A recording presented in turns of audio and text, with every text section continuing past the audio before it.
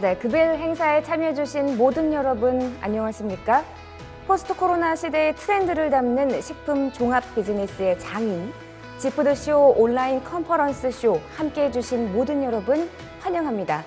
오늘 진행을 맡은 박선영입니다. 반갑습니다. 이번 행사는 경기도가 주최하고 킨텍스가 주관하여 코로나19로 어려움을 겪고 있는 경기도 농식품 기업의 판로 개척을 지원하고 또 실질적인 매출 증진을 지원하고자 이렇게 마련이 되었습니다. 올해는 G푸드, 건강하고 안전한 그린푸드를 슬로건으로 코로나 시대 식품의 안전 가치를 경기도에서 함께 찾아보시겠습니다. 그리고 바쁘신 중에도 불구하고 이렇게 귀한 시간 내셔서 함께해 주신 모든 여러분 다시 한번 깊은 감사의 말씀 드립니다. 본격적인 행사 진행에 앞서서 모두들 아시다시피 이 코로나19로 인해서 이번 행사는 온라인으로 개최가 되게 되었는데요. 현장에서 찾아뵙지 못하는 점 너른 마음으로 이해해 주시면 감사드리겠습니다. 금일 행사는 2022 식품 트렌드라는 주제로 연사 3분과 함께 하시겠는데요. 약 1시간 동안 진행이 되면서 행사가 종료된 후에는 지푸드쇼 공식 유튜브 채널에 영상이 게재가 되겠습니다. 이 점 참고해 주시기 바랍니다. 오늘 컨퍼런스는 앞서 말씀드린 바와 같이 2022 식품 트렌드라는 주제하에 진행이 되겠는데요. 먼저 식품 기업에서 화두가 되고 있는 트렌드, 여러분 알고 계신가요? 바로 ESG입니다. 환경, 사회적 책임, 또 지배구조 개선의 약자가 되겠는데요. 식생활에서의 ESG 생활 환경 어떤 부분일지, 또 미래에도 지속 가능한 식생활은 어떠할지 푸드 디렉터 송원경 박사님을 모셔서 이야기 들어보도록 하겠습니다. 안녕하십니까. 식품산업과 ESG 트렌드를 주제로 지속가능한 식생활에 대해 준비한 송원경입니다. 최근 라이프스타일 트렌드의 최고 화두는 ESG, Environment, Social, Governance라 하죠. 식생활과 메가 트렌드인 ESG를 연결, 음식과 환경, 푸드테크, 유통에 대해서 알아보고자 합니다. 트렌드는 지금 살아가고 있는 시간의 흐름, 동시대의 유행이라고 하죠. 주력계층 소비자들의 생각이나 에너지가 어디로 모이는가를 관찰하는 일이기도 합니다. 음식 트렌드 역시 보통 20대나 30대 활동력이 가장 많은 소비계층의 라이프 스타일과 식생활 소비 패턴으로 말할 수 있습니다. 세계인을 집에 머물게 한 코로나 팬데믹은 우리가 지금까지 겪어보지 않았던 삶이었죠. 태어날 때부터 디지털 환경에서 자라난 세대는 재택근무가 아무런 문제가 없었고 또 집안에서 식사를 해결하면서 먹는 문제에 대해서 생각할 수 있는 시간과 여유를 만들기도 했습니다. 배달과 택배는 우리를 편하게 했지만 쌓여가는 일회용품과 쓰레기로 약간의 죄책감을 느끼게도 하면서 환경에 대한 생각도 생겼습니다. 코로나 팬데믹으로 고객을 받을 수 없던 외식기업은 HMR과 RMR 밀키트로 발빠르게 체질을 개선하며 가정으로 들어가 생존과 성장을 도모해 나갔습니다. 식품기업은 1, 2인용 소포장을 주력으로 했고 식사를 해결할 수 있는 밥이나 면, 반찬을 상품화했습니다. HMR은 도시락 해결용 냉동 간편식에서 가정 식사용으로 성장했고 유럽에서 많이 보이던 그로서리 마켓도 보여지고 RMR은 전문 셰프의 실력이 융합되면서 고급화되고 프리미엄화되고 있습니다. 유통과 플랫폼의 발달로 온라인과 배달 등 식품 구매 채널 또한 다양하게 진화하고 있습니다. 지속 가능한 소비란 무엇일까요? 지속 가능성은 미래 유지 가능성이며 미래 식품 산업의 주요 안건이기도 합니다. 영국 협회에서는 지속 가능한 소비를 환경을 보호하고 자연 자원을 현명하게 사용하며 미래 소비자의 삶을 파괴하지 않는 범위 내에서 소비하는 것이라고 정의합니다. 2050년 전 세계 인구는 지금보다 30% 증가할 것으로 보이고 인구 증가에 따른 육류 소비 역시 당연히 증가될 것이고 그에 따른 육류 부족도 나타난다는 보고서가 아주 많습니다. 이 표는 우리가 지금처럼 생활할 때 30년 후에 필요한 지구의 개수라고 합니다. 한국을 봐도 2.3개가 필요합니다. 하나의 지구로는 살아갈 수 없다는 이야기죠. 인도나 인도네시아처럼 채식 인구가 많은 나라는 1개 이내로 지속 가능하고, 호주나 아르헨티나처럼 육식 인구가 많은 나라는 지구가 무려 7개 이상이 필요해서 육류 소비를 줄이지 않으면 안 된다는 이야기가 되겠죠. 이런 엄청난 예측만 보더라도 하나밖에 없는 지구에서 우리가 살아남으려면 반드시 해야 하는 활동이 ESG 아닐까 합니다. 기후위기의 시대에 탄소를 발생시키지 않는 행동은 전 세계의 흐름이며 우리의 목표입니다. 식품에서도 농업, 자연식품, 책임감 있게 키운 가축, 또 재활용과 재사용, 또 필요한 만큼의 낭비하지 않는 음식 소비는 지구를 지속 가능할 수 있게 합니다. 살아남고 싶다면 ESG 하라. 이 말이 정답이죠. 기업의 ESG 경영 활동은 환경보호에 앞장서고 사회적 약자에 대한 지원, 또 사회공헌 활동과 운영 방식, 인사관리, 조직문화 등 지배구조를 투명하게 하고 윤리를 준수하는 경영활동이라 말할 수 있습니다. 여기에 사람의 권리뿐만 아니라 동물의 복지처럼 가축의 사육 방식이나 만드는 사람의 이야기도 포함되겠고요. 지금의 젊은 세대를 MZ세대라고 하죠. 묶어서 통칭하는 것 자체도 좀 싫어하는 경향은 있지만 우리가 보통 1980년대에서 2000년대 초반 출생한 인구로 국내 인구의 34%를 차지하고 있고요. 약 1700만 명이라고 합니다. 무엇보다도 디지털 환경에 익숙한 세대들이죠. 이들은 집단보다는 개인적인 성향이 무척 강해서 나의 기준, 나의 취향이 중요하고 내가 좋아하면 열심히 하는 스타일들이죠. 항상 온라인과 연결되어 있으니 엄청난 정보 파급력을 갖고 있고 또 수제, 핸드메이드처럼 직접 만든 또 직접 재배한 것들에 대한 가치를 두기도 합니다. 자신이 추구하는 가치를 표현하기 위해서라면 팔아주기 운동도 열심히 하고 또는 불매 운동도 마다하지 않습니다.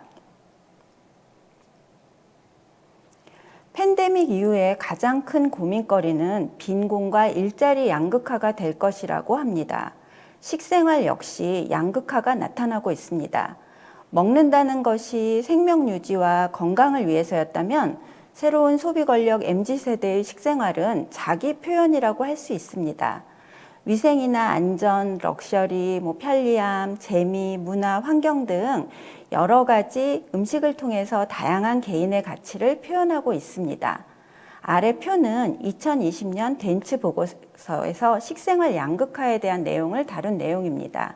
요리에 들이는 시간, 식사에 대한 투자, 하루의 식사 시간, 식사 내용, 소득의 차이로 구분하고 있는데요.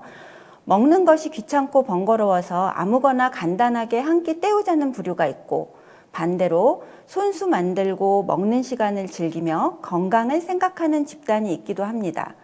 주목할 만한 일은 소득이 많을수록 채식을 즐기고 직접 재배하고 조리하고 먹는 시간을 즐긴다는 결과입니다. 그럼 기업이 비건 제품을 왜 열심히 준비해야 되는 걸까요? 왜 비건이라고 말할 수 있겠지만 답은 우리의 고객이 비건이기 때문입니다. 놀라운 건 여러 결과에서 비건이 생각보다 더 많고 또 앞으로도 더 많아질 거라는 겁니다. 기업은 비건 소비자와의 공감을 통해서 하이엔드 푸드 비즈니스가 될 기회로 보고 있습니다. 우리가 보통 채식주의라고 하면 전에는 음식을 가리는 정도였는데 이제는 자연이나 식물을 기반으로 하는 옷이나 가방, 화장품 등 라이프 스타일 전반으로 채식주의가 확대되고 있습니다. 채식만 고집하는 건 어려워도 육류를 자제한다거나 식물성 제품만 사용한다거나 선택적인 채식이 늘고 있고 자연과 가까워져야겠다는 생각은 반려식물이나 가드닝으로 번져 좋은 취미로 되고 있습니다. 텃밭에서 직접 재배한 것에 대한 가치도 커지고 있고요. 더 나아가서는 시골 생활을 동경해서 즐기는 러스틱 라이프 스타일도 나타나고 있습니다. 축산업 자체가 환경에 악영향을 끼치고 탄소를 많이 발생시키지만 공장식 사육이 윤리적이지 않음을 알고 책임감 있게 키운 가축만을 소비하는 흐름도 보입니다. 이 흐름은 기업이 무시하지 못하는 것이고 육류를 대체할 식품을 준비해야만 하는 이유입니다. 동물의 복지를 생각하고 건강하게 키워 만든 육류는 프리미엄 육류로 아주 비싸게 팔리고 있고요. 한우 오마카세를 하는 고급화 메뉴나 고급 한우 식당을 탄생시키고 있습니다. 비윤리적으로 키워진 육류에 대한 거부는 식물성 고기로 수요가 많이 변화하고 있습니다. 이제는 일반 마트에서도 식물성 단백질로 만든 고기를 쉽게 구할 수 있는 세상이 되었습니다. 우리가 취미로 텃밭은 재배할 수 있겠지만 과연 미래에도 지속될 대규모 농업은 어떤 것일까요? 온라인이 극도로 발달할수록 온라인이 절대 못하는 한 가지는 살아있는 자연이라고 봅니다. 팬데믹을 겪어내면서 자연과 함께하는 또 푸드테크는 농업 분야에서 매우 빠르게 진화하고 있습니다. 데이터를 분석하고 정보를 도입해서 또 거기에 로봇을 이용해서 스마트 농업을 이루고 있고 자원은 보전하면서 농업을 통해 농사의 불확실성을 감소시키는 친환경과 경제성을 동시에 달성하고 지속 가능한 농업의 미래를 스마트 농업은 가능케 하고 있습니다. 식품 기업들은 축산업 대체에 대한 투자로 식물성 고기와 제품 개발에 힘쓰고 있습니다. 베이스 제품 개발을 통하여 스타벅스 등에서도 샌드위치나 파스타, 함박 등 다양한 간편식 메뉴가 시판되고 있습니다. 녹두로 만든 계란도 출시되었고 또 3D 프린터로 만들어낸 육류도 보여지고 있으며 환경과 동물을 생각하며 건강에도 좋은 식품 개발에 대한 수요가 높아짐에 따라 기업도 적극 개발하고 있습니다. ESG는 이제 친환경을 넘어 필환경의 시대입니다. 제품 포장재, 용기, 유통 포장재 등 환경, 생태계 문제를 해결하지 못하면 이제는 더 이상 기업이 장사할 수 없는 세상입니다. 반드시 환경을 지켜야 되는 세상이죠. 재사용과 재활용, 또 업사이클링도 빼놓을 수 없습니다.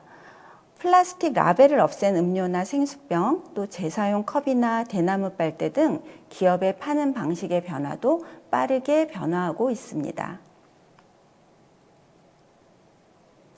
다음 예시는 일본에서 2000년대 초반에 나온 친환경 일회용 식기 와사라입니다. 도쿄 테이블웨어 페스티벌에서 대상을 받은 식기이기도 하죠. 제가 이걸 처음 접했을 때 일회용인데 뭐가 이렇게 비쌀까 했는데 플라스틱도 아니고 또 종이로 만들었고 거기에 아름답기까지 해서 일회용 식기지만 사용하면서 비용 생각은 누그러지게 되었습니다. 갈대와 사탕수수 찌꺼기로 만든 제품이라고 하는데 환경에도 좋고 또 인간도 즐겁게 하는 그릇이 되고 있어서 앞으로 우리도 일회용기 개발을 할 때 환경과 인간의 미래는 앞으로 꼭 생각해야 하는 내용이라 여겨집니다. 2015년에 새벽 배송이라는 생소함으로 다가온 마켓컬리는 유통 혁신으로 온라인과 오프라인을 융합했죠. 24시간 이내에 산지 직송을 하면서 엄청나게 많은 박스도 함께 오지만 친환경 종이 포장재, 재사용 백 등으로 패키지는 진화를 거듭하고 있고 타 기업의 모델이 되고 있습니다. 혁신은 이루었지만 장거리 배달에서 오는 탄소 배출과 포장 쓰레기는 앞으로도 해결해야 할 문제로 보여집니다. Farm to Table, 탄소 중립 식생활에 도움되는 로컬푸드인데요. 농장에서 식탁까지라는 유럽연합의 식품 지속 가능을 위한 전략입니다. 로컬푸드로 우리의 식단을 변화시키면 식생활에서의 탄소 중립은 해결하리라는 기대감을 주고 있는 내용입니다. 농산물의 생산부터 포장과 유통, 또 소비, 쓰레기 처리까지 모든 과정이 탄소를 발생시키지만 로컬푸드를 일상화해서 탄소 발생을 줄일 수 있다면 식품의 지속 가능성을 확보할 수 있다고 봅니다. 다음은 지속 가능한 트렌드를 조사한 자료인데요. 농식품 산업 분야에서는 소규모 농업이나 공정무역, 음식물 쓰레기 감소, 유기농 및 살충제 최소화, 혁신적인 기술, 생태계 보호, 지역 및 현지 음식 이렇게 다양한 주제가 도출되었는데요. 이외에도 대체육 등 다양한 주제가 보여집니다. 여기서 주목할 내용은 지역 및 현지 음식의 활성화가 무려 85%를 보이는 내용입니다. 농업의 생산성을 높이고 식품을 공급하는 문제는 인류 공존을 위해 가장 중요한 부분 중 하나이며 또 여기에 지역 농업과 로컬 푸드를 통한 로컬 브랜딩은 지역의 특색을 살리고 지역 경제를 활성화시킬 수 있다는 조사 결과로 보여집니다. 지역 및 현지 음식, 즉 로컬 푸드 소비 체계를 좀 더 대중화시킬 수 있는 방안으로는 크게 세 가지 방안을 집중 육성하면 된다는 연구 결과도 있습니다. 로컬 푸드가 발달한 이탈리아나 유럽에서는 많이 있지만 제철의 지역 식재료를 이용하는 파인 다이닝, 로컬 푸드 레스토랑의 활성화를 한다거나 둘째는 한살림, 초록마음, 올가 등 한국에도 많이 지금 자리 잡고 있죠. 유기농 슈퍼마켓에서 로컬 푸드 진입을 판매한다거나 유통할 수 있고 또 라이브 커머스를 통한 지방의 로컬 푸드가 진입을 한다는 것. 또 세 번째는 로컬 푸드를 이용한 골목 상권의 확충입니다. 성수동이나 광장시장, 해화동의 마르쉐, 양평의 리버마켓 등에서도 보여지고 있고요. 또 완주나 제주 등의 지역에서도 아주 활발하게 진행되고 있죠. 향후 우리의 특색 있는 5.1장 문화 등과 젊은 감성이 세련되게 접목된다면 이렇게 로컬 상권은 더 활성되리라고 기대해 봅니다. ES 식생활이 가능한 로컬 푸드는 장거리 운송을 줄여서 탄소 배출을 줄이고 지역과 환경을 생각하는 식생활을 위한 실천 수단입니다. ESG는 어쩌면 지금까지와는 다른 생활이기도 합니다. 친환경 식생활은 더 돈이 들기는 하지만 그래도 해야 하는 일입니다. 농작물과 가축률은 친환경에 맞게 생산하고 가까운 지역의 농산물로 자연식단을 구성하고 먹을 만큼만 재배하고 유통하여 음식 쓰레기를 발생시키지 않는 모두가 공감하는 음식 소비 문화, 하나뿐인 지구를 생각하는 ESG 식생활 라이프를 즐겼으면 합니다. 감사합니다. 네, 박사님 강연 잘 들어보았습니다. 한 통계에 따르면 소비 시장의 주역인 MZ세대는 ESG 분야 중 환경에 가장 높은 관심을 보이고 있다고 하는데요. 기업의 윤리, 환경 활동을 중시하는 가치 소비자인 경향이 두드러진다고 합니다. 또한 박사님이 말씀해 주신 대로 주변만 돌아보더라도 많은 변화가 일어나고 있는 것 같은데요. 플라스틱 빨대에서 종이나 대나무 빨대로 바뀐다든지 택배에 종이 테이프와 옥수수 전분 완충제를 사용한다든지 기업들이 ESG 기업이 되기 위해서 정말 많은 노력들을 하고 있는 것 같습니다. 지속 가능한 미래를 위하는 착한 기업들의 활약을 앞으로도 많이 기대해 보도록 하겠습니다. 코로나19가 진행이 되면서 외부 활동은 어려워지고 실내 체육 활동도 마스크 착용 때문에 쉽지가 않은 상황인데요. 재택근무와 배달 음식을 반복하는 사람들이 늘어남에 따라서 살이 갑자기 찐 사람을 비유하는 확진자라는 신조어까지 생겨났습니다. 대사증후군과 지방간, 당뇨 수치 등 이 비만에 따른 합병증 위험도 크게 증가하고 있는데요. 이런 시대에 자연 식물식을 이용한 건강 관리 방법을 제시해 주실 풀파워의 저자 김동현 작가님 모셔봤습니다. 안녕하세요. 저는 오늘 자연식물식에 대해서 발표를 하게 된 김동현이고요. 제 소개를 하자면은 저는 컴퓨터 소프트웨어 디자인 일을 하고 있고 주로 이제 미국 실리콘밸리 쪽 스타트업들에서 일을 많이 했습니다. 근데 이제 디자인하는 사람이 왜 여기서 자연식물식에 대한 얘기를 하고 있냐면 제가 이제 올해 풀파워라는 책을 한 권 쓰게 됐거든요. 이거는 되게 육식 위주의 식단에서 제가 자연식물식으로 바꾸게 된 그 과정이 계기가 됐는데요.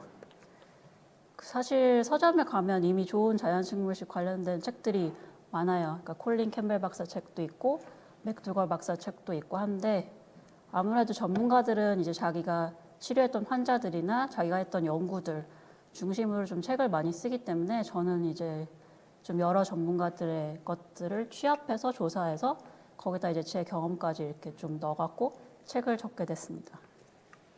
그래서 오늘은 이제 발표가 자연식물식 소개를 좀 일단 한 다음에 범위를 좀 넓혀서 식물식에 대한 좀 얘기를 하고요. 그 다음에 동물성 식품이 왜 안 좋은지, 그리고 이제 후반부에는 자연식물식에 대한 구체적인 방법들에 대한 얘기를 하려고 하는데요. 아무래도 좀 발표 시간이 이렇게 길지 않다 보니까 약간 좀 발표 내용이 부족한 부분이 있을 거고, 또 말씀드린 대로 제가 전문가가 아니기 때문에 그 점은 좀 유념해 두고 들으시면 좋겠습니다. 그래서 자연식물식이라는 거는 일단 영어로 이제 Whole Foods Plant Based 식단인데요. Whole Foods는 이제 뭐 인공적인 거 없이 최대한 이제 자연 상태의 식품을 말하고, Plant Based는 식물식 위주라는 뜻이에요. 근데 이게 아무래도 딱 들으면 정의가 좀 두루뭉술하니까 보통은 자연식물식 하면은 야채, 과일, 통곡물, 견과류, 콩가식물을 먹는 식단이라고 생각을 하시면 돼요. 근데 또 이거를 꼭 뭐 기름, 설탕, 소금 없이 생으로 먹는 생식은 아니고요. 생식이 자연식물식에 포함될 수는 있지만 자연식물식을 한다고 꼭 생식을 해야 되는 건 아니고, 그냥 이제 각자 스타일에 맞게 최대한 그냥 기름, 설탕, 소금 없이 요리해서 먹는 식단이라고 생각하시면 될 것 같습니다. 그래서 방금 말씀드린 이제 야채, 과일, 통곡물, 견과류, 콩가식물들은 견과류를 제외하고는 대부분 탄수화물 비율이 높아요. 그래서 자연식물식을 얘기할 때 고탄수화물 저지방식이라고 얘기를 많이 하고, 이 반대 개념이 이제 많이들 아시는 고지방 저탄수화물식인 이제 키토 식단이 되겠죠. 그래서 고탄수화물이라 하면은 그러면 어떻게 식단을 구성하냐라고 했을 때 이제 자연식물식 관련된 연구를 보면 보통 이제 유명한 연구들, 이제 딘 오니시 박사 연구 같은 걸 보면은 뭐 탄수화물이 70, 그다음에 나머지를 단백질이랑 지방이 구성한다고 보시면 돼요. 근데 꼭 이렇게 해야 되는 건 아니고 뭐 50, 20, 30 이렇게 하시는 분들도 있으니까 이거 역시 각자 스타일에 맞게 짜시면 될 것 같습니다. 그래서 식물식 위주라고 했는데 그럼 채식이랑은 어떻게 다르냐라고 했을 때 사실 채식도 종류가 많잖아요. 뭐 생선, 계란, 우유를 허용하는 페스코도 있고 계란이랑 우유만 허용하는 락토오버도 있는데, 굳이 이제 연결을 짓자면 식물식 위주니까 동물성 식품을 완전 제외하는 비건이랑 비슷하다고 보시면 돼요. 근데 비건은 물론 비건을 하시는 분들이 건강에 관심이 상대적으로 더 많은 건 사실이지만 그래도 비건이라는 거는 뭐를 먹어야 된다는 식단은 아니거든요. 그래서 예를 들어서 뭐 하루 세 끼 콜라만 마셔도 동물성 식품을 먹지 않는 거기 때문에 비건 식단이라고 할 수 있어요. 그래서 그거랑은 다르게 자연식물식은 뭐를 먹어라, 그러니까 통곡물, 야채, 과일, 콩가식물, 견과류를 먹어라라는 점에서 좀 차이가 있습니다. 근데 어쨌든 채식이든 식물식이든 요새는 이게 굉장히 트렌드예요. 근데 그거는 어디서 나타나냐 하면은 일단 기관들에서 추천을 많이 하고요. 그래서 이 랜싯 식단은 랜싯이라는 저널에서 전 세계 이제 전문가들 한 30명들을 모아서 우리 몸에도 좋고 지구 환경에도 좋은 식단을 추천해 달라고 했을 때 이 왼쪽 그림처럼 야채랑 과일이 이제 반이 있고, 그 다음에 통곡물, 그 다음에 단백질은 동물성보다는 식물성을 더 중심으로 먹어라, 이렇게 얘기를 하고 있죠. 그래서 이 식단을 했을 때 뭐 성인 사망의 19에서 24%를 예방할 수 있다라고까지 얘기를 하고 있습니다. 요건 이제 캐나다 정부에서 나온 식이지침 가이드인데요. 아까 보신 그 그림이랑 거의 비슷하죠.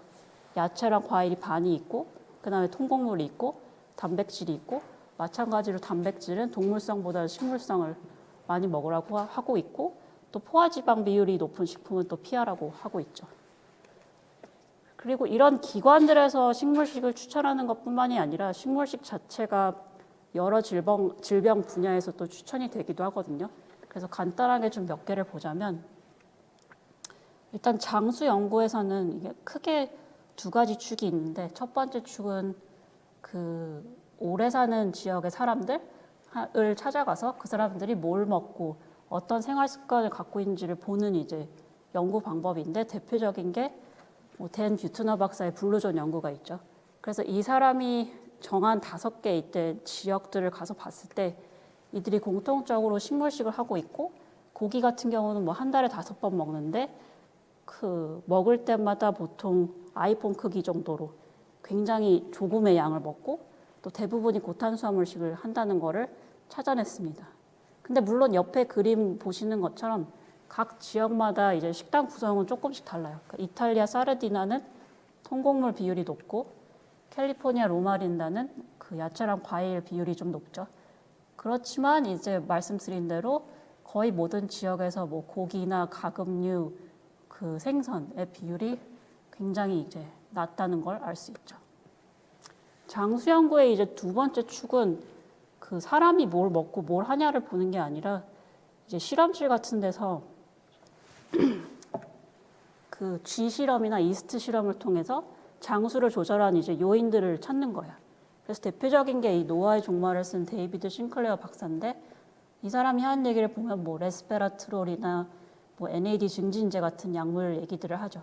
근데 이런 사람들조차 약 없이도 그냥 우리가 할 수 있는 장수를 얻을 수 있는 방법이 있다고 하는데 그 중에 하나가 이제 저단백질 식단이고 이 사람 책의 내용을 그대로 가져오면은 책에서 얘기하기를 이제 장수를 하려면 mTOR라는 효소를 억제해야 되는데 그걸 억제하려면 아미노산을 제한하는 게 가장 좋고 그러려면은 사실상 육류랑 유제품 섭취를 이제 줄이는 게 가장 좋다라고 얘기를 하고 있습니다.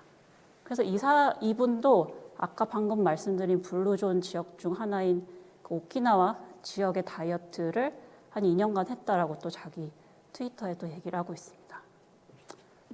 장내 마이크로바이옴도 사실 굉장히 핫한 분야인데 이건 간단히 말씀드리면 장내 미생물이 우리가 좋은 장내 미생물이 많고 그게 또 다양한 미생물을 갖고 있어야만 우리가 뇌 건강에도 좋고 뭐 암도 예방할 수 있고 당뇨도 예방할 수 있다 뭐 이런 얘기예요. 근데 장내 미생물이 좋아하는 먹이가 섬유질이고 섬유질이 많은 게 식물식이니까 식물식을 해야 된다라고 말을 하고 있습니다. 그래서 옆에 보시는 최강의 식물식을 쓴 월 벌셔위츠 박사도 말하기를 동물성 식품을 아예 제한하는 식물식을 해야 될 뿐만 아니라 굉장히 다양한 야채를 먹어야 된다라고 강조를 하고 있습니다. 알츠하이머도 마찬가지로 식물식이 좀 오래 활용이 되어 왔거든요. 대표적인 게 이제 마인드 식단이라고 이거는 지중해식 식단이라고 보시면 되는데 지중해식 식단은 식물식 위주인데 거기다가 뭐 오일이나 그 생선, 닭고기 정도는 이제 허용하는 식단이에요. 그래서 이런 식단을 했을 때 많은 연구들에서 알츠하이머 위험이 낮아지는 것들을 규명했고요. 근데 요새 이제 알츠하이머 연구를 많이 하시는 이제 세르자이 박사 부부, 그러니까 우리나라에는 죽을 때까지 치매 없이 사는 법 이 책이 번역이 됐는데요. 이 사람들은 그 지중해식 식단 말고 거기서 아예 동물성 식품을 다 빼고 그냥 식물식을 하는 게 뇌 건강에 가장 좋다라고 얘기를 하고 있습니다. 암에 있어서도 이제 식물식이 활용이 되는데요. 이 혈관 신생성은 간단히 얘기를 하면은 암세포가 이제 뻗어 나가려면은 혈관을 통해서 영양이 공급돼야 되는데 이 혈관이 생성되는 거 자체를 차단을 하게 되면은 우리가 암세포를 굶겨 죽일 수 있다. 뭐 이런 주장이에요. 그래서 이거를 윌리엄 리 박사라는 사람이 많이 얘기를 하는데 결과적으로 혈관 신생을 억제하는 음식들의 많은 부분이 식물성 식품이라는 거죠. 그래서 이 사람 책을 보면은 크게 5가지 음식을 강조하는데 그게 뭐 감자, 키위, 석류, 블루베리, 그다음에 마시는 녹차가 있죠. 이런 질병 분야뿐만이 아니라 자연식물식 단독으로 또 이제 연구를 하시는 분들이 많아요. 이 딘 오니시 박사 같은 경우에는 그 환자들을 이제 두 그룹으로 나눠서 각각 이렇게 랜덤하게 한쪽은 일반식, 한쪽은 이제 자연식물식을 하게 했을 때 뭐 관상동맥 질환 환자들이나 전립선암 환자들 모두 이제 식물식을 한 쪽이 효과를 보였죠. 그러면 왜 이런 차이를 보이고 또 질병 분야에 있어서 두각을 나타내냐 하면은 그거는 식물성 식품이 갖고 있는 뭐 여러 가지 성분들 때문이죠. 그건 뭐 섬유질이 될 수도 있고 피토케미컬이 될 수도 있고 뭐 항산화제가 될 수도 있고 식물성 스테롤이 될 수도 있는데 문제는 이게 식물성 식품에는 다 많아요. 근데 동물성 식품에는 아예 없거나 그 굉장히 적다는 게 문제죠. 그럼 여기서 좀 의문이 드실 게 식물성 식품이 좋다는 건 알겠다. 근데 내가 고기를 계속 많이 먹으면서 그 야채랑 과일 조금만 더 챙겨서 먹으면 되는 거 아니냐라고 생각하실 수가 있는데 그게 그렇게 간단한 문제는 아니거든요. 왜냐하면 동물성 식품이 이제 질병과 연관이 있기 때문입니다. 그래서 책에도 이 한 10가지 이유 정도를 좀 자세하게 얘기를 하긴 했는데 일단 영양학 분야에서 많이 활용되는 집단 연구, 그러니까 어떤 한 지역을 이렇게 가서 그 사람들이 어떤 이제 그 식단을 갖고 있는지를 오랫동안 추적 관찰하는 연구들. 그러니까 대표적인 게 뭐 하버드 대학 연구, 유럽의 에픽 연구, 뭐 캘리포니아의 재림교 건강 연구 2 이런 것들이 있는데요. 이런 연구들을 봤을 때 이제 대부분 뭐 암이나 심혈관 질환, 당뇨 등에서 육식주의자가 그 채식주의자에 비해서 훨씬 더 질병 위험이 높았고 여기 예로 적어 놓은 거를 보시면 재림교 건강연구 2에서는 비건 같은 경우에 당뇨 발생 위험이 거의 한 62%가 낮다는 걸 보실 수 있죠. 이 연구는 이제 미국 CDC가 질병통제예방센터에서 한 연구인데 여기서도 봤을 때 하루 동물성 단백질을 이제 하루 권장량의 20% 이상 먹으면 사망률, 암, 당뇨 위험 다 이제 두 배에서 4배까지 증가하는 것을 보였고 반면에 식물성 단백질은 이런 패턴을 전혀 보이지 않았습니다. 이 연구는 이제 하버드 대학의 그 연구를 분석한 건데요. 그러니까 동물성 단백질을 어떤 동물성 단백질을 식물성 단백질로 바꾸냐에 따라서 그 사망 위험이 이렇게 달라지는 걸 보여주는 거예요. 그래서 가공육을 식물성 단백질로 바꾸면 사망 위험이 가장 이제 많이 낮아지는데 이게 34%가 낮아지는 걸 볼 수 있죠. 그러면 왜 이렇게 동물성 식품이 질병 위험을 높이냐 하면은 동물성 식품이 일으키는 이제 여러 증상들 때문인데 그건 뭐 염증이 될 수도 있고 활성산소가 많아지는 산화 스트레스가 될 수도 있고 뭐 장내 불균형이라든가 아니면 이제 IGF-1 호르몬이 올라가서 암세포 성장을 더 가속화한다든가 아니면 이제 TMAO 같은 성분이 심혈관 질환 위험을 올린다든가 이런 증상들이 있는데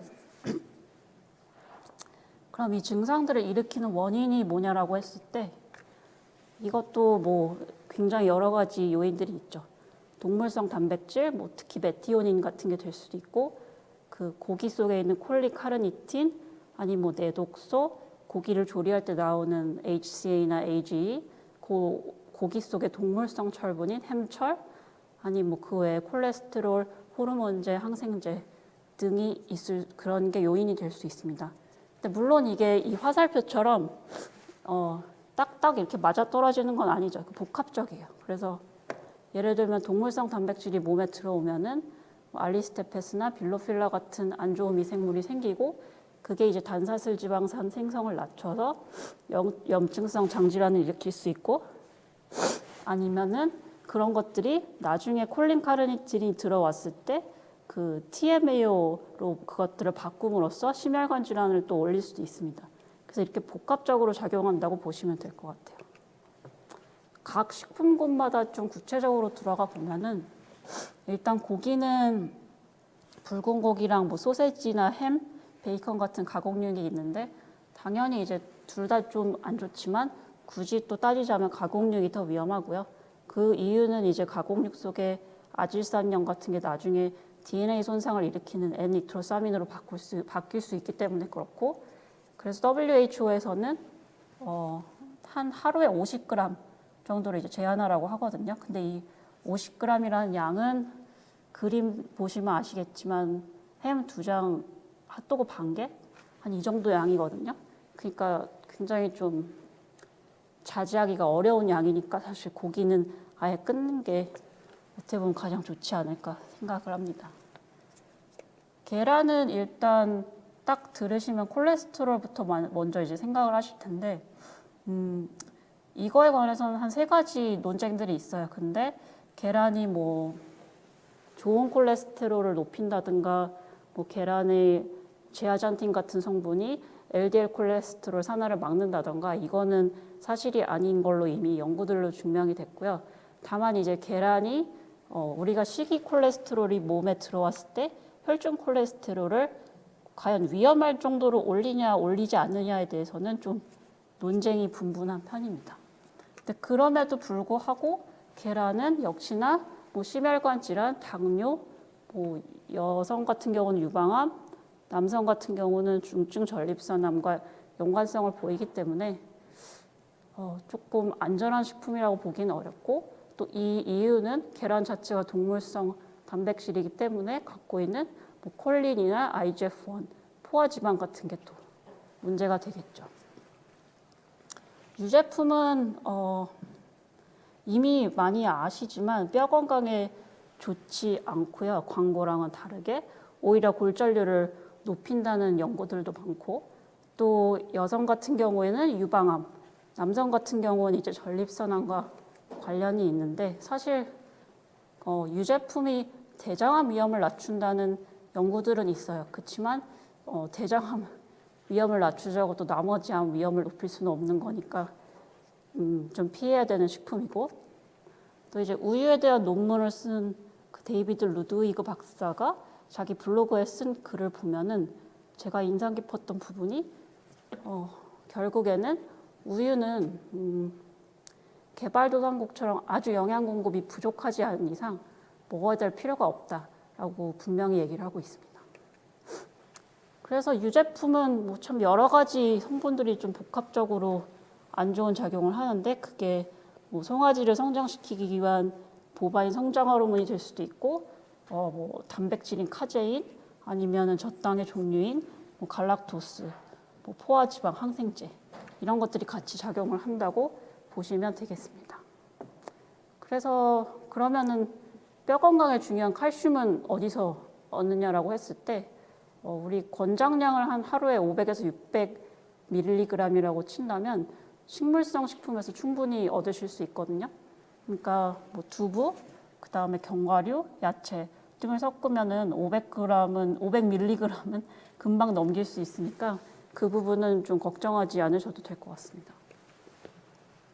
그래서 자연식물식이 많이 뜨고 있는데도 불구하고 사실 반대 의견이나 그런 게 당연히 있겠죠. 그래서 그 반대 의견의 대표적인 게 이제 키토 식단일 텐데, 키토 식단은 이제 고지방, 저탄수화물식이죠. 근데 간혹 키토식을 할 때 그 고기를 많이 먹어도 된다고 생각하시는 분들이 있는데, 키토 식단은 고단백질 식단은 아니거든요.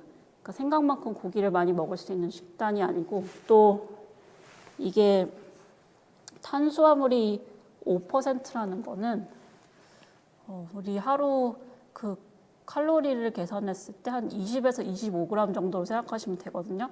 근데 이게 블루베리 한 컵을 먹으면 한 20g이니까 내가 오늘 블루베리 한 컵을 먹으면 그날은 탄수화물을 더 이상 섭취하면 안 되는 식단이에요. 그래서 생각보다 굉장히 하기가 어려운 식단이라고 보시면 됩니다. 그럼 이렇게 어려운 식단이 할 만한 가치가 있느냐라고 했을 때, 키토식이 효과를 보이는 부분은 이제 뇌전증, 그러니까 발작적인 증상을 보이는 뇌전증 환자들한테는 오랫동안 이제 치료용으로 쓰였지만, 그 외에 요새 뭐 키토식이 암까지 도움이 될 수 있다, 이런 주장은 좀 증거가 많이 빈약하고요. 그거는 이제 연구들을 보시면 키토식이 뭐 쥐 실험에서는 효과를 보인 부분이 뭐 간혹 있지만 사람을 대상으로 할 때는 효과를 크게 보이지 않았기 때문에 그거를 치료용으로 쓰시는 거에 대해서는 굉장히 좀 조심을 하셔야 된다고 생각을 합니다. 그리고 기본적으로 이제 키토 식단이 위험한 게 이제 US 뉴스에서 39개 식단을 이제 가져와서 그걸 이제 어떤 게 제일 건강하냐 이렇게 랭킹을 매겼어요. 그랬을 때 키토 식단은 그 39개 중에 꼴찌를 했거든요. 근데 그거는 당연히 키토식이 포화지방도 많고 그다음에 섬유질이나 비타민 C, 마그네슘 이런 것들이 부족하기 때문에 어떻게 보면 당연한 결과라고 볼 수 있겠습니다. 그리고 이제 키토 식단 부작용에 대해서는 제 책에도 이제 설명을 좀 더 하는데 이제 그런 부작용에 대해서 언급을 하는 논문들도 많아요. 그래서 그 키토 식단을 활용하는 그 어린이 뇌전증 환자들 같은 경우에도 그 의사와의 상담 하에 이 식단을 구성하기 때문에 일반인이 하기에는 좀 무리가 있다고 보시면 됩니다. 그럼 이제 자연식물식으로 다시 넘어와서 그 조금 이제 구체적인 방법들을 보면 사실 요새 인터넷에 이미 그 어떻게 자연식물식을 하면 되는지 좋은 자료들이 많거든요.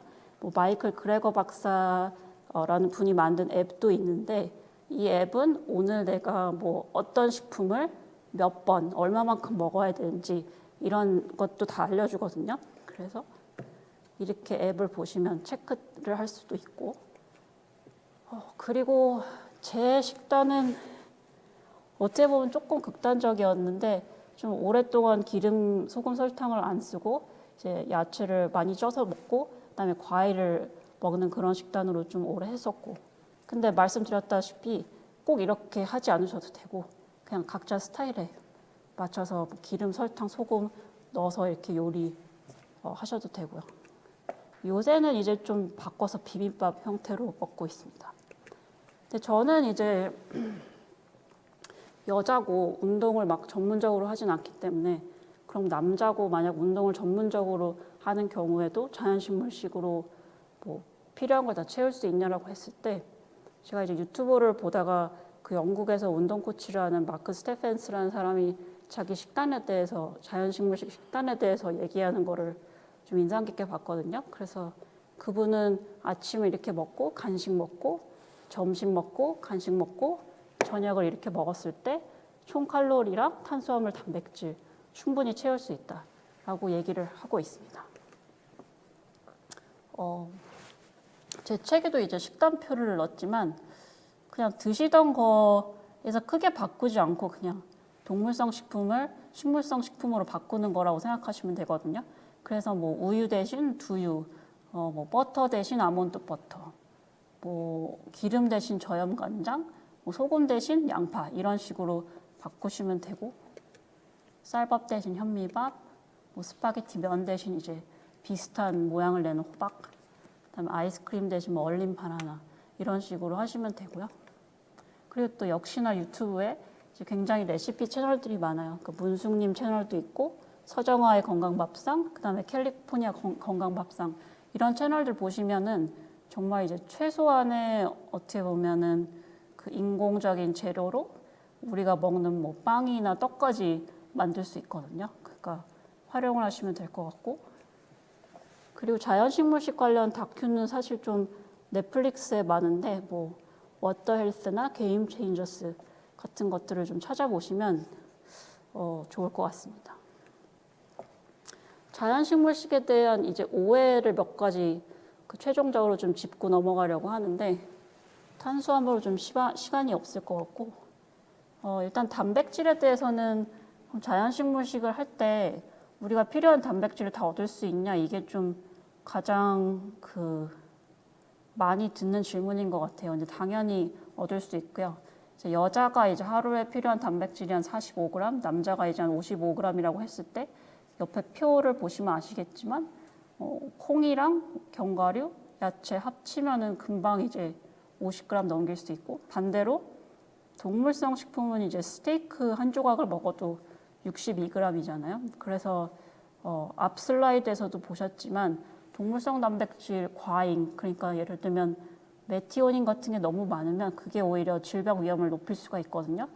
그러니까 동물성 식품이 단백질 섭취에 있어서 그렇게 좋은 방향은 아니라는 거를 말씀드리고 싶고, 그리고 이제 연구들에서도 이미 그 충분하다는 게 나온 게 뭐 에픽 연구, 뭐 프랑스의 누트리넷 연구, 뭐 재림교 건강 연구 2 이런 것들을 보시면은 동물성 식품을 아예 제외하는 사람들이 단백질 섭취량이 어떻게 되냐라고 봤을 때 보시는 것처럼 다들 평균 이상을 권장량 이상을 먹고 있죠. 간혹 이제 그 식물성 식품에 그 필수 아미노산 9가지가 다 들어있지 않고 동물성 식품에만 들어있다라고 그 질문도 봤는데, 그 식물성 식품에도 필수 아미노산 9가지가 다 들어있어요. 다만 견과류 같은 경우에는 라이신이 하루 권장량보다 조금 못 미치게 들어있죠. 근데 이거는 만약에 우리가 하루 3끼를 견과류만 먹는다라고 했을 때는 문제가 되겠지만 그렇게 먹는 분들은 거의 없잖아요. 그러니까 좀 걱정하지 않으셔도 될 것 같고, 우리 몸이 이제 필수 아미노산이 들어오는 거를 조합해서 활용하는 시스템을 갖고 있기 때문에 그것도 옛날에는 만약에 내가 필수 아미노산 A를 뭐 아침에 덜 먹으면은 점심 때 그거를 먹어야 된다 이런 주장도 있었는데 그것도 이미 틀리다고 그 규명이 됐으니까 필수 아미노산에 대해서는 걱정하지 않으셔도 될 것 같고, 동물성 식품이 단백질 효과, 그러니까 생물가, 그러니까 단백질 흡수 효과인 생물가가 높다, 이거는 틀린 말은 아니에요. 그러니까 그 계란이랑 그 우유 같은 경우에는 생물가 지수가 높은데 고기랑 콩 제품은 크게 차이가 없거든요. 그리고 마찬가지로 이거 역시 그 식물성 식품을 조합해서 드시면 생물가가 이게 알아서 올라가니까 이 생물가 부분도 크게 걱정하실 건 아니라고 볼 수 있습니다. 지방은 이제 크게 4가지로 나눌 수 있는데 트랜스 지방, 포화 지방, 그다음에 단일, 다중 불포화 지방이 있는데 자연식물식에서는 당연히 이제 밑에 2개를 추천을 합니다. 그래서 왜냐하면 밑에 2개가 이제 옆에 표를 보시면 아시겠지만 그 사망률 위험을 줄여줄 수 있기 때문인데요. 간혹 가다가 제가 요새 읽은 뭐 식욕의 과학 같은 책에서 우리가 이제 그 책이 주장하기를 뭐 우리 건강이 안 좋아진 건 뭐 포화지방 때문이 아니라 우리가 뭐 식물성 기름을 너무 많이 먹어서 그렇다 이렇게 주장하시는 분들이 간혹 있는데 연구상에서는 포화지방을 단일이나 다중으로 바꿨을 때 질병 위험이 낮아진다는 게 역시 증명이 됐고, 그것뿐만이 아니라 뭐 단일이나 다중 불포화 지방을 단독으로 먹었을 때도 질병 위험이 높아지지 않는 거가 확인이 됐기 때문에 그 주장 역시 사실 증거가 있다고 보기는 어렵습니다. 근데 물론 단일이랑 다중 불포화 지방이 상대적으로 더 좋긴 하지만 마찬가지로 기름 자체는 이제 정제된 식품이기 때문에 그 표를 보시는 것처럼 그 영양소가 다 깎여 나가거든요. 그러니까 자연식물식에서도 가급적 기름보다는 그 원형 그대로 먹어라. 그러니까 해바라기 씨 유보다는 해바라기 씨를 먹는 게 좋다라고 얘기를 하고 있습니다. 그리고 뭐 기타 걱정하시는 영양소들, 뭐 철분, 아연, 셀레늄, 요오드 다 그 식물성 식품으로 그 섭취가 가능하고요. 이제 하나 주의하셔야 될 거는 B12인데 이거는 박테리아랑 좀 연관이 있는 거거든요. 그래서 옛날 같은 경우에는 저희가 뭐 흙 속에 있는 뭐 과일이나 야채 같은 거를 막 요즘처럼 씻어 먹지 않았기 때문에 B12를 얻을 수가 있었는데 요새 같은 경우에는 다 씻어서 먹으니까 그게 좀 섭취가 어렵기 때문에 자연식물식을 하거나 비건을 하시는 분들 다 B12를 그 영양제 형태로 드시는 게 좋고요. 시중에는 뭐 메틸코발라민이나 시아노코발라민 두 가지 종류가 있는데 이것도 뭐 어떤 게 더 낫다 좀 의견이 갈리긴 해요. 근데 저는 그냥 메틸코발라민 먹고 있고 이거는 뭐 아이허브 같은 데서 주문을 하시면 되고 가격은 뭐 그냥 일반 비타민 C보다 훨씬 싼 가격이라고 생각하시면 될 것 같습니다. 그래서 오늘 발표의 참고 문헌들은 이렇고요. 그리고 아까 말씀드린 뭐 제가 동의하지 않는 의견들이나 책에 대해서 인스타그램에 가끔 올리긴 하는데 또 자주 올리진 않아서 관심 있으신 분들은 가서 한번 보셔도 좋을 것 같습니다. 감사합니다. 네, 작가님 강연 잘 들어봤습니다. 자연 식물식은 처음 들어봤는데요. 이름만 듣고는 채식의 다른 말인가 싶었습니다. 가공을 최소화한 식물성 식품 위주로 식사를 하는 방법이라고 하니까 채식보다는 좀 더 쉽게 접근할 수 있을 것 같습니다. 자연 식물식과 더불어서 코로나19 사태 이후로 식생활이 가장 크고 빠르게 변화가 되고 있는 부분인 것 같은데요. 즉석밥이나 냉동식품, 수산물 간편식과 같은 간편식 시장이 점점 커지고 있습니다. 그중에서도 가장 크게 증가하고 있는 세 부분이 있다고 하는데요. 건강한 한 끼를 위한 수산물 간편식, 간편 집밥을 위한 밀키트, 신선 식재료를 위한 새벽 배송. 오늘 이 세 가지 키워드에 대해서 경험을 토대로 이야기를 해주실 연사님을 모셔봤습니다. 자녀에게 좋은 식품을 먹이고 싶은 아빠의 마음으로 로컬 푸드로 밀키트를 만들고 산지에서 새벽 직송을 시작하시게 된 미스터 아빠 서준열 대표님 모셔봤습니다. 네, 안녕하세요. 반갑습니다. 미스터 아빠 서준열 대표입니다. 오늘 로컬 푸드 그리고 밀키트 새벽 배송 이야기를 할 건데요. 제가 준비한 현장에 있는 저희 재미있는 영상이 있습니다. 한번 보시겠습니다. 저희는 고객님들이 주문을 함과 동시에 재배된 상품이 소분센터로 들어가게 됩니다. 그 소분센터와 약 500m 떨어진 곳에 저희 물류센터장이 있습니다. 상품 포장을 하고 바로 물류센터를 거쳐서 배송이 이루어지기 때문에 48시간 내에 생산지에서 고객님 식탁까지 갈 수 있는 이 풀 콜드 체인이 형성돼 있다고 보시면 되는데요. 최근에는 온라인뿐만 아니라 이런 오프라인의 매장을 운영을 함으로써 보다 더 재고 회전율을 높였는데요.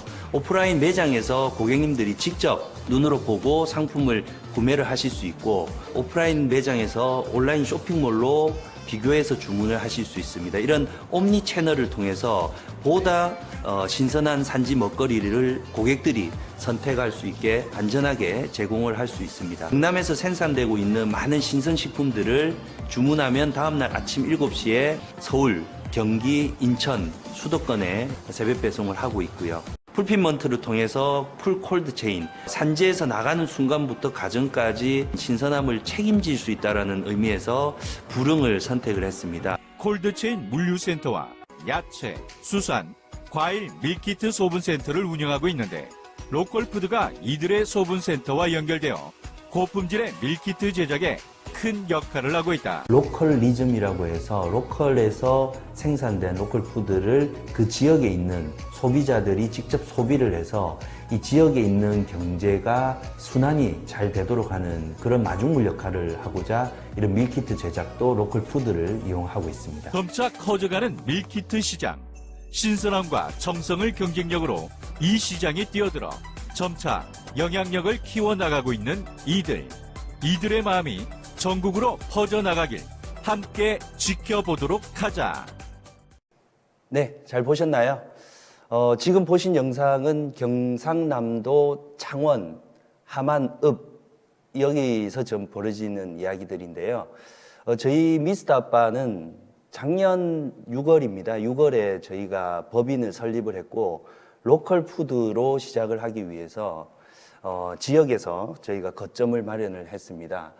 그래서 저희가 이런 많은 농가들 이야기 그리고 산지 직송 이런 이야기들을 제가 오늘 할 건데요. 제가 그러면 오늘 저희 회사뿐만 아니라 왜 밀키트 생산했고 이런 로컬 밀키트를 저희가 전개하게 되었는지 설명을 좀 드리겠습니다. 저는 약 12년간 그 유통회사 대기업에서 직장인으로 생활을 했습니다. 제가 2004년도에 입사를 했었는데요. 그때 당시 제가 이제 LG 유통이라는 대기업에 입사를 했더니 그 인사 담당을 하시는 분께서 제가 신입생으로 근무할 수 있는 사업부가 4가지가 있다고 했습니다. 첫 번째는 백화점, 그리고 마트, 편의점, 그리고 마지막은 이야기를 안 하더라고요. 그래서 제가 마지막은 뭐냐고 물어봤더니 너무 힘들어서 여기는 이 지원을 잘 안 하니까 이 앞에 3개 중에 선택을 해라. 그래서 제가 마지막을 꼭 말씀해 주시라고 했더니 슈퍼마켓이었습니다. 그 슈퍼마켓에 담당을 하게 되면 한 일주일 정도 하면 너무 힘들어서 퇴사를 한다고 하더라고요. 그래서 제가 유통을 빨리 배울 수 있는 방법, 어디 사업부가 제일 추천해 줄 수 있냐라고 물어봤더니 사실은 슈퍼마켓이라고 했습니다. 그래서 그때 제가 슈퍼마켓을 지원을 했고 그로부터 3년 동안 저는 여기 사진에 보시다시피 농산물을 판매를 했습니다.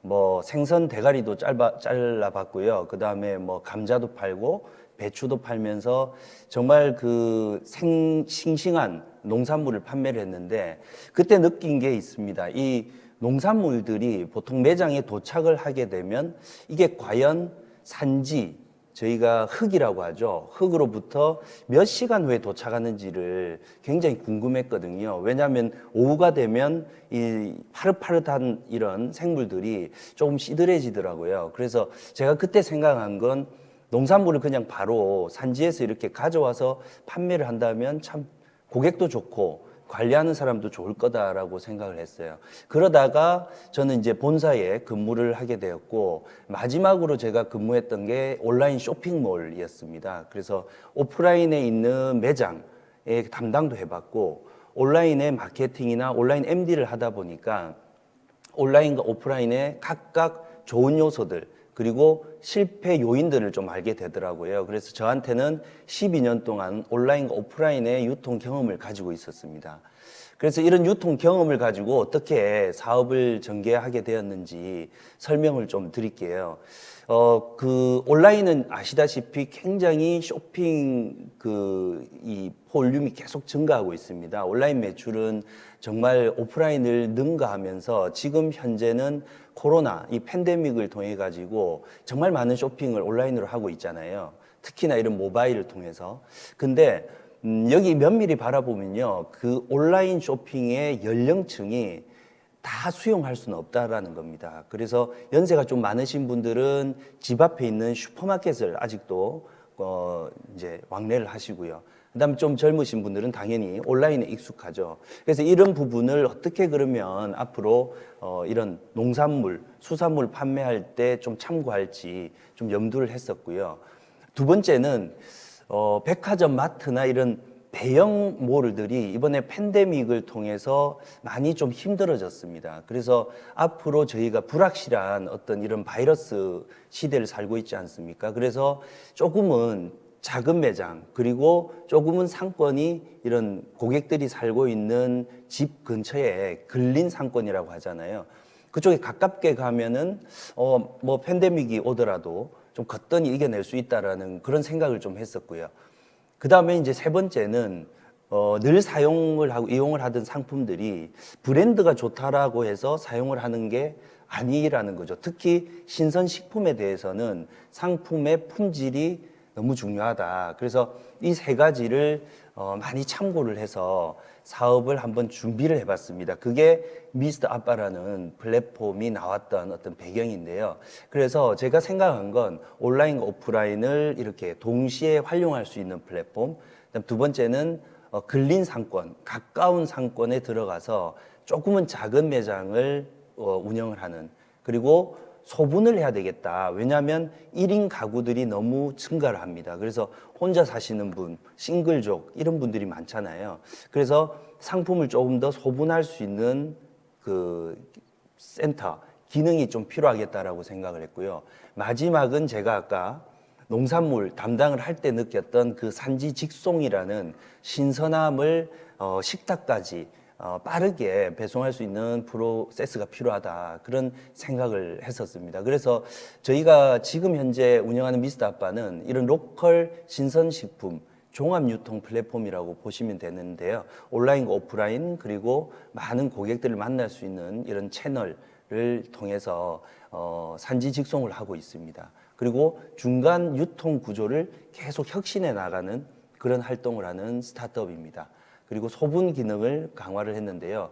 지금 보시는 이런 많은 일들을요, 제가 이 왼쪽에 보시는 사진에 농부들과 같이 했거든요.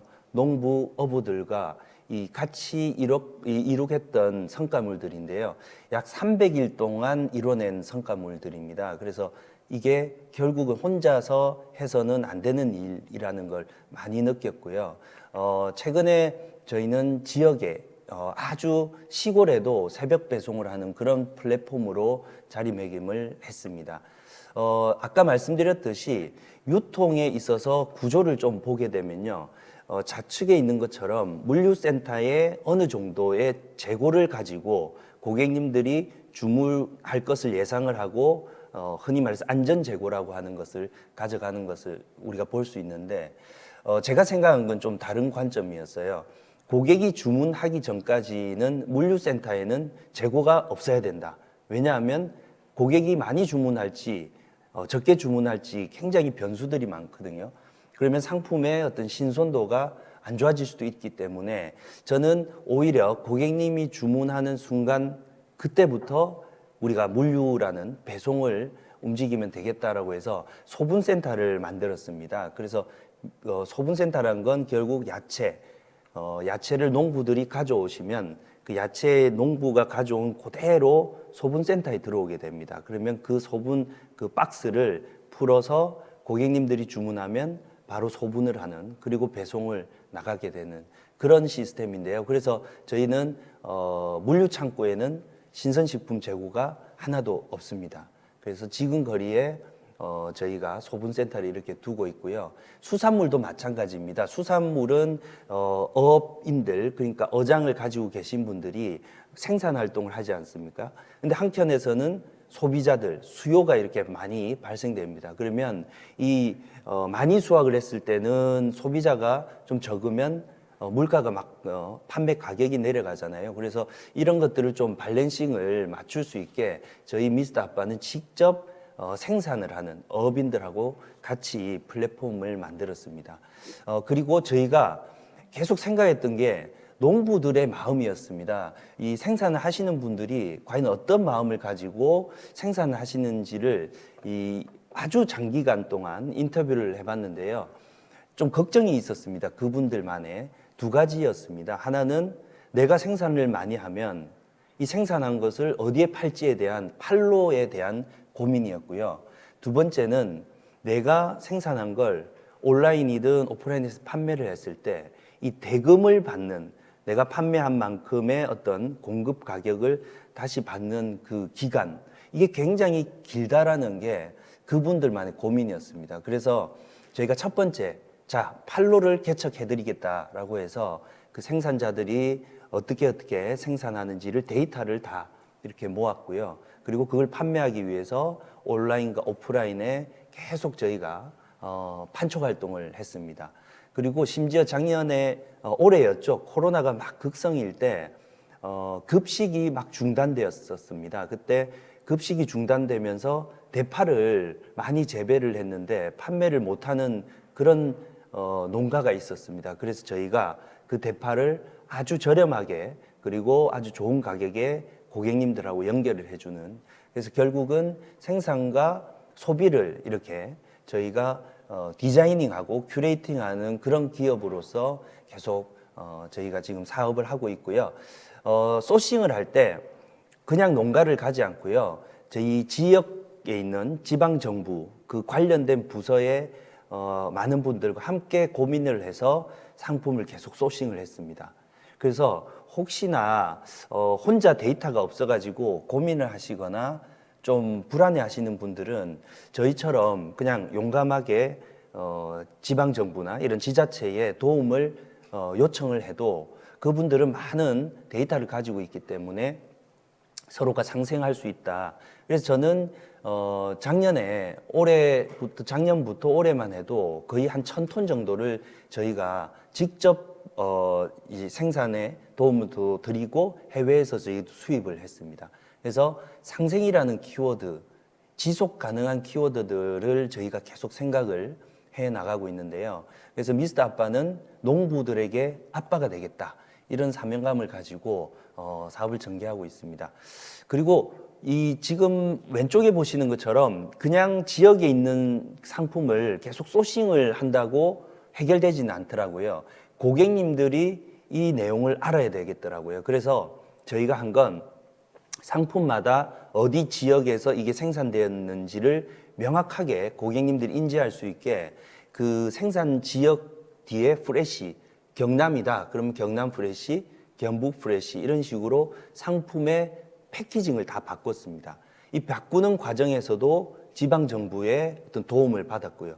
그래서 바꾼 상품들을 고객님들에게 이 상품은 우리 지역에서 나는 우리 농가에서 나는 상품입니다라고 계속 홍보를 했어요. 그랬더니 다른 지역 상품보다 저희 지역의 상품들을 더 선호를 하고 애용해 주시더라고요. 그렇게 하면 어떤 게 좋아지냐면요. 우리 지역에 나는 똑같은 오이가 있습니다. 근데 다른 지방에서 나는 오이하고 봤을 때 만일에 우리 지역 거를 계속 소비를 하다 보면 이 다른 지역에 나는 생산물이 우리 지역으로 올 필요가 없거든요. 그래서 이 생산물이 이동하는 데 따르는 물류 비용이라든지 차량에서 배출되는 탄소 이런 것들을 다 줄일 수 있고 그걸 줄인 걸 가지고 오히려 상품의 온전한 가격을 통해 가지고 수익을 챙겨 나갈 수 있죠. 그러면 농부들에게도 이렇게 수익을 바로 쉐어할 수 있습니다. 그래서 저희는 아까 두 번째 농부님들이 고민하셨던 그 내가 공급한 가격을 마땅히 받는 데 있어서 시간이 많이 걸리는 그 부분을 해결을 했습니다. 저희는 15일에 한 번은 무조건 대금을 저희가 지급을 해드리거든요. 그래서 그 받으신 대금을 가지고 또 비료도 사시고 뭐 좋은 이런 어떤 재료들을 사시는데 쓰여지시라고 계속 저희가 이렇게 회전을 시켜드려요. 그게 가능한 건 저희가 자체적으로 오프라인 매장도 있고 온라인의 어떤 플랫폼을 가지고 있기 때문에 가능하지 않냐라는 생각을 해요. 그래서 고객님들도 정말 착한 가격에 이런 농산물, 수산물, 축산물들을 계속 만나보고 있습니다. 그래서 지금은 경남뿐만 아니라 전국에 있는 약 60만 이상의 농가들과 같이 저희가 이렇게 소싱을 하려고 막 돌아다니고 있어요. 그래서 이제는 경북에 있는 어떤 좋은 포도가 있으면 가서 농가들과 함께 고민을 하고 최근에는 경기도에도 저희가 많은 분들을 만나고 있습니다. 이렇게 하다 보면 그 지역에서 생산되는 상품을 그 지역의 소비자들이 다 이용을 해서 각 지역마다 로컬 푸드, 그게 다 로컬리즘으로 갈 수 있지 않냐라는 생각을 좀 해보고 있고요. 그걸 위해서 열심히 아빠들이 움직이고 있습니다. 그리고 저희가 성공 체험을 한 것들을 좀 소개시켜 드리면요. 작은 농가였습니다. 이 친환경만 재배하는 농가였는데 그 농가에 있는 분들이 실제로 생산도 하시는데 소비도 하시잖아요. 근데 소비를 하기 위해서 의령읍이라는 아주 먼 곳까지 이동을 하셔야 되더라고요. 그래서 저희가 그 생산하시는 농부님들의 의견을 듣고 그러면 그 동네에다가 이런 야채, 수산물, 그 다음에 가공식품을 판매할 수 있는 매장을 만들어 드리겠다라고 해서 의령에 있는 작은 읍에다가 저희가 이런 로컬 푸드 매장을 만들었습니다. 그래서 사진에 보다시피 이런 매장을 만들다 보니까 옆에 있는 어르신들도 오시고 같이 막 저희가 잔치도 벌이고 했는데요. 이렇게 하는 것들이 결국은 그 생산자들에게도 좋은 이로운 선행을 베풀 수 있었지 않냐라는 그런 생각을 해봅니다. 혹시 이 방송을 듣거나 접하시는 분들도 내가 알고 있는 그 지역에 이런 매장이 필요하다라고 하면 한번 지역의 생산자들하고 이렇게 대화를 한번 나눠보시면요. 아주 좋은 이런 그 플랫폼들이 창업 또는 창직될 수 있지 않냐, 뭐 그런 생각을 해봅니다. 그래서 저희가 이렇게 막 활동을 지역에서 하다 보니까 백화점에서도 저희 미스터 아빠를 로컬 푸드 매장을 함께 만들어 보자라고 해서 저희가 이제 부산에 백화점에 이렇게 로컬 푸드 매장을 아주 크게 들어가는데요. 아마 좋은 어떤 영향력을 행사할 수 있을 것 같습니다.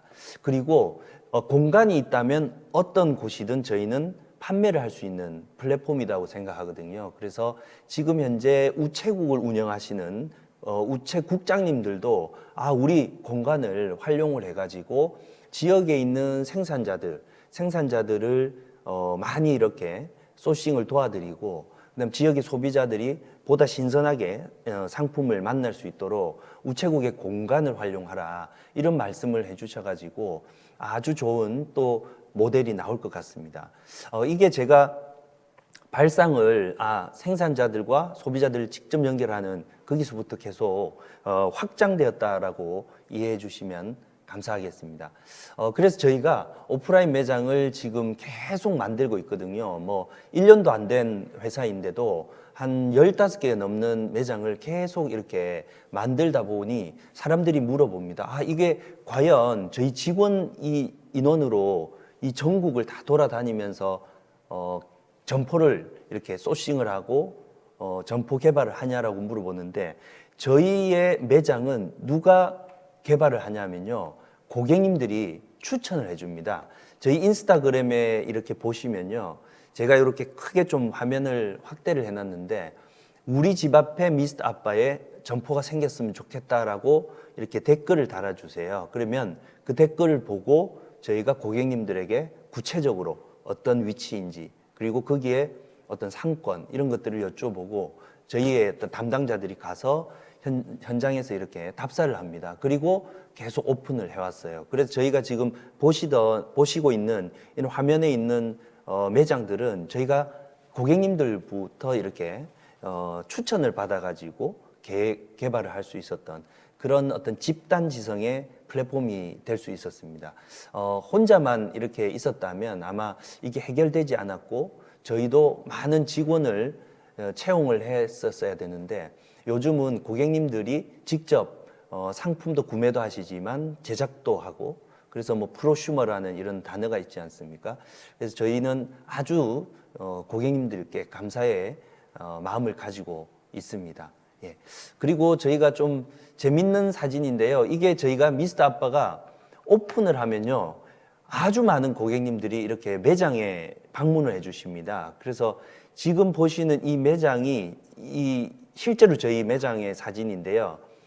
막 오시면은 줄 섭니다. 근데 이게 코로나임에도 불구하고 이 뭐 방역 수칙을 저희가 당연히 지켰고요. 근데 이분들이 와서 직접 구매를 하시는데, 사진을 이렇게 한번 좀 얼핏 보시면요, 연세들이 좀 많으십니다. 제가 아까 말씀드렸죠. 전 연령층을 우리가 온라인 쇼핑으로 과연 커버할 수 있을까? 사실은 아직은 조금 힘들어 하시는 분들이 많습니다. 예를 들면 한 70대 이상 되시는 분들이 온라인 쇼핑몰에서 구매를 하고 그것을 이제 결제하고 이런 과정들이 아직은 익숙하지 않으니까 집 앞에 있는 어떤 작은 슈퍼든 이제 큰 매장을 가는데, 이번에 이제 코로나로 저희가 이제 방문을 나서기가 좀 꺼려졌을 때 굉장히 그 많은 분들이 집 앞에 이제 슈퍼마켓을 가셨어요. 근데 슈퍼마켓을 갔더니 아주 싱싱한 상품이 팔는 매장도 있지만 그렇지 못한 매장도 있었죠. 그래서 저희는 이 연령층을 다 커버하기 위해서 아주 작은 매장이지만 신선한 상품을 산지 직송으로 모셔드리고 있습니다. 근데 이렇게 하다 보니까 이분들 역시 온라인에 대한 어느 정도의 기본적인 이런 행동은 하실 수 있더라고요. 그게 뭐냐면 저희가 매번 접하고 있는 바로 카톡이었습니다. 카톡. 저는 사실은 플랫폼 중에 가장 어르신들도 많이 사용하는 플랫폼이라고 생각하는데요. 이 플랫폼을 가지고 저희가 온라인과 오프라인을 이렇게 연결시키는 활동을 했습니다. 궁금하시죠? 예, 한번 제가 설명을 좀 드리겠습니다.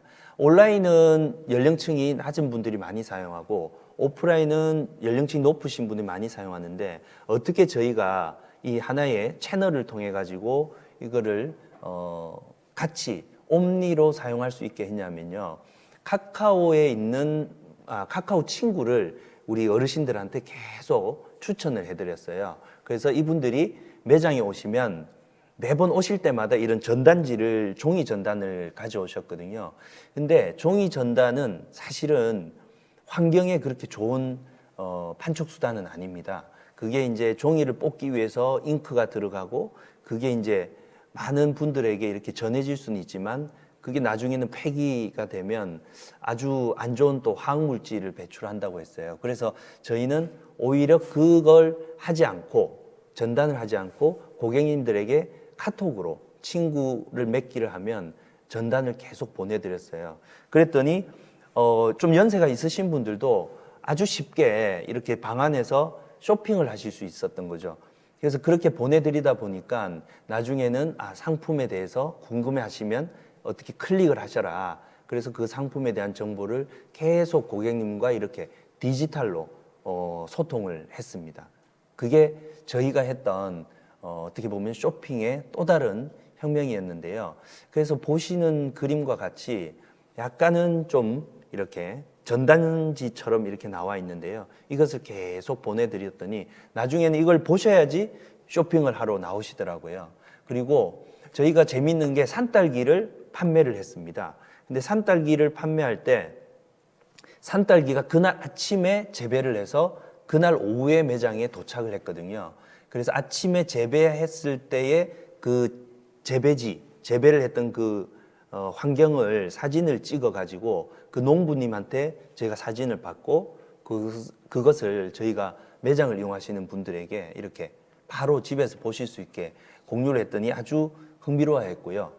그 다음에 수박이 답니다. 수박이 뭐 고당도입니다. 이렇게 많은 이야기를 하시잖아요. 근데 요즘은 너무 이런 상품이 좋다, 상품을 뭐 최고의 당도를 자랑한다 이런 말들이 고객님들에게는 조금은 피로도가 있겠더라고요. 그래서 저희는 아예 그 상품을 당도 체크한 사진을 이렇게 찍어서 날짜가 나오게 해서 공유를 해드렸더니 상품에 대한 어떤 신뢰도가 굉장히 올라갔다는 그런 효과를 얻었습니다.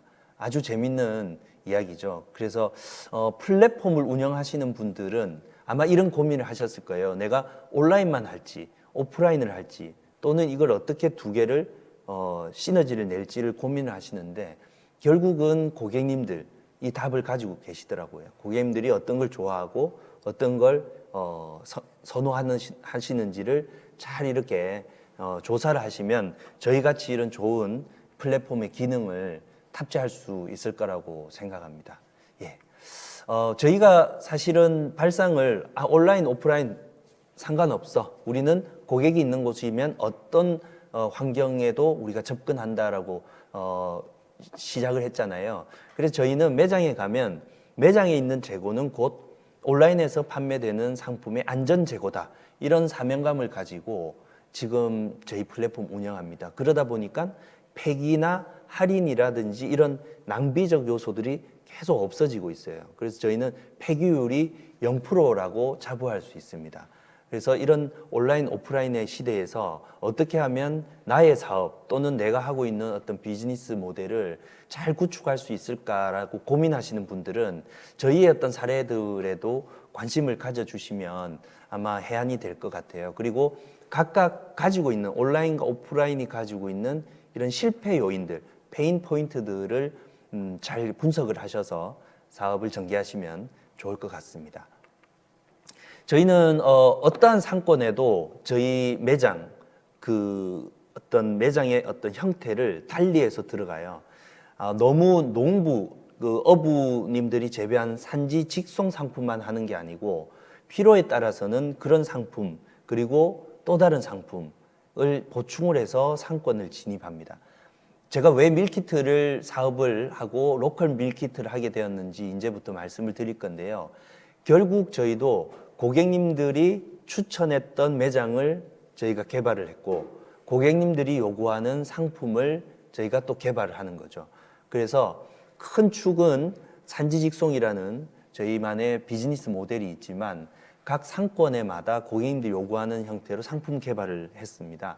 그래서 저희는 오리지널 버전 미스터 아빠 마켓이라는 게 있고요. 농축 수산물 이런 상품을 판매하고 미스터 아빠 쿡이라고 저희는 밀키트를 제작을 했습니다. 요즘은 너무 바쁘시고 또 많이 집에서 식사를 많이 하시는데 편하게 그냥 드실 수 있는 밀키트죠. 그게 즉석 조리도 가능하고 그 다음에 간편 조리도 가능한, 그래서 이런 밀키트를 저희가 제작을 하고 오히려 고객님들 상권에 가깝게 다가가기 위해서 편의점 형태로 했고요. 최근에는 무인 편의점을 저희가 또 개발을 해서 운영을 하고 있습니다.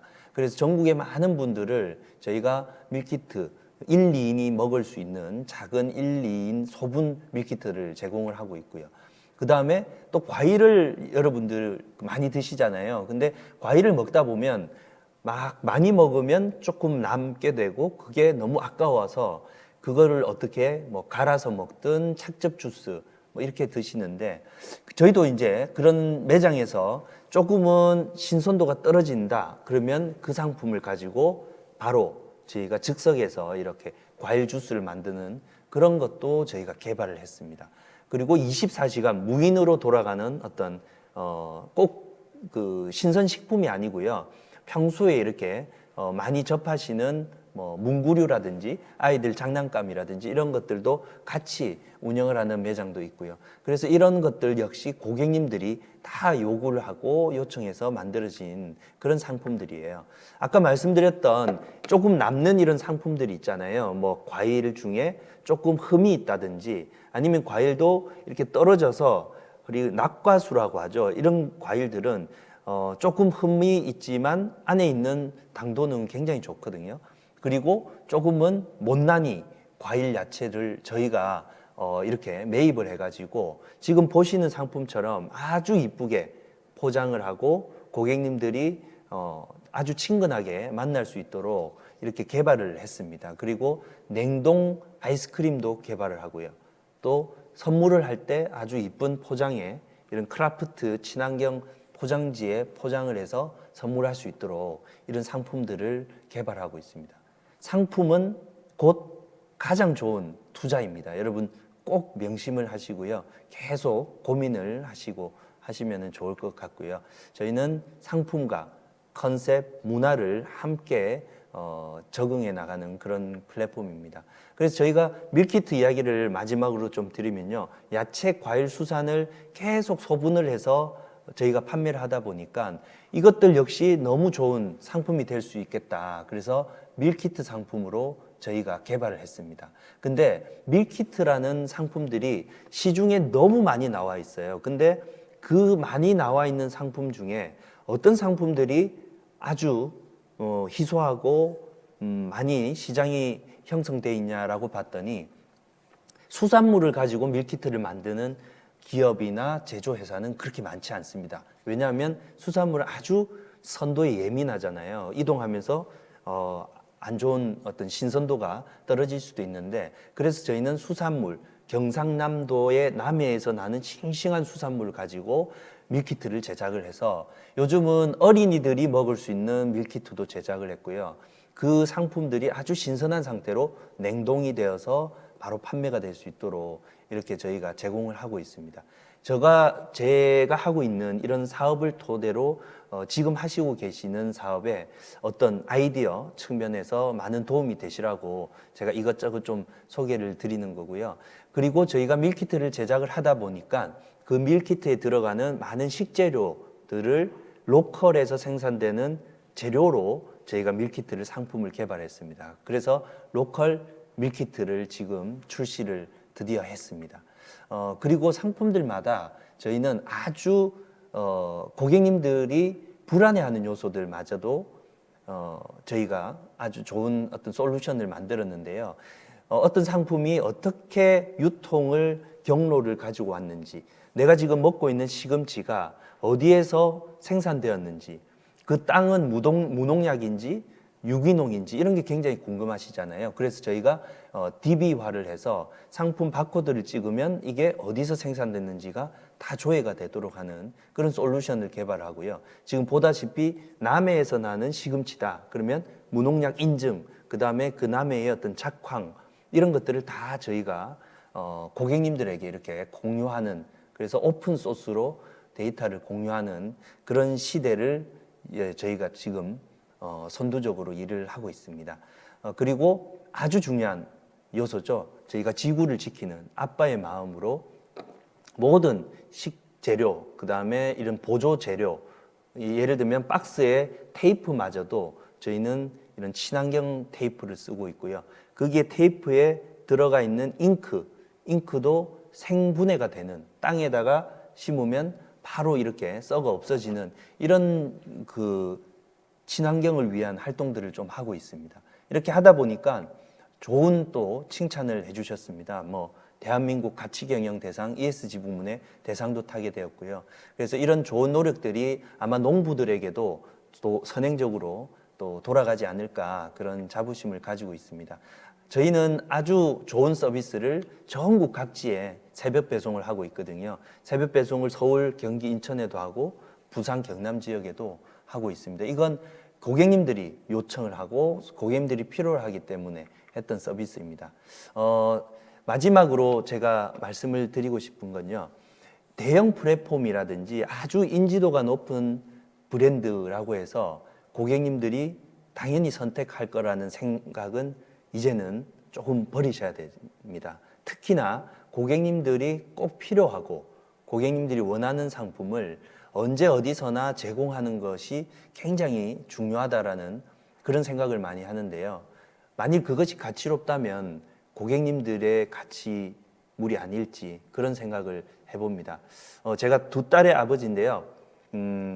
아빠로서 딸에게 상품을 이렇게 공급할 때 그 마음으로 이제 저희가 이렇게 스타트업을 해서 농부들, 어부님들과 같이 하고 있습니다. 많은 분들이 사업을 지금 하시고 있고 앞으로도 사업에 대한 고민을 많이 하실 건데요. 초심, 이 사업을 하게 되는 그 이유와 근본을 항상 염두하시면서 그걸 계속 지켜나가는 그런 비즈니스를 하시면 어떨까 하는 그런 생각으로 마지막 마무리를 할까 합니다. 오늘 뭐 로컬 푸드 이야기, 그 다음에 로컬 밀키트, 그리고 이런 농부들의 어떤 산지 직송 이야기들을 드렸는데요. 항상 그 고객님들과 소통하면서 미래를 준비하는 그런 플랫폼이 되도록 하겠습니다. 네, 감사합니다. 네, 대표님 말씀 잘 들어봤습니다. 무엇보다 로컬 푸드, 로컬리즘 같은 단어들이 정말 기억에 많이 남는 것 같습니다. 결국 미스터 아빠는 이 로컬 푸드와 로컬 밀키트를 통해서 지방의 생태계와 환경을 보호하는 일명 ESG를 지향한다라는 그런 말이 굉장히 와닿았는데요. 오늘 지푸드쇼 온라인 컨퍼런스 쇼에서는 이 관련 전문가분들 모시고 코로나19 사태 이후로 급변한 식품업계의 최신 트렌드를 살펴보고 또 떠오르는 온라인 시장의 마케팅 전략에 대해서 함께 살펴봤습니다. 기후위기에 대응하는 친환경 요소를 고려하는 기업의 ESG 경영에 관한 강연, 또 간편하면서도 건강한 식생활을 추구하는 소비자들의 식품 구입 패턴과 트렌드, 그리고 최근 큰 관심을 받고 있는 친환경 먹거리와 밀키트 시장에 대한 현황과 전망까지 2022년 식품 트렌드에 대한 인사이트를 얻을 수 있었던 아주 유익한 시간이었습니다. 시청자 여러분들과 그리고 농식품업계 함께 하시는 여러분들께 많은 도움이 되셨기를 바라겠습니다. 네, 오늘 진행된 컨퍼런스 쇼 영상은 지푸드쇼 온라인 전시관에서 언제든지 다시 확인하실 수가 있겠습니다. 또 유튜브 공식 채널에서도 만나보실 수가 있는데요. 하단의 자막을 참고해 주시기 바랍니다. 2021 지푸드쇼에서는 이 라이브 커머스 기획 판촉전을 통해서 우수한 제품들을 합리적인 가격에 만나보실 수가 있겠는데요. 또 다양한 온라인 이벤트를 통해서 많은 경품도 받아가실 수 있는 기회가 또 준비가 되어 있다고 하니까요. 행사 기간 많은 방문과 참여, 성원을 부탁드리겠습니다. 앞으로도 이 지포드쇼에 많은 관심과 기대를 부탁드리면서 참가해주신 여러분들께 다시 한번 깊은 감사의 말씀 드립니다. 고맙습니다.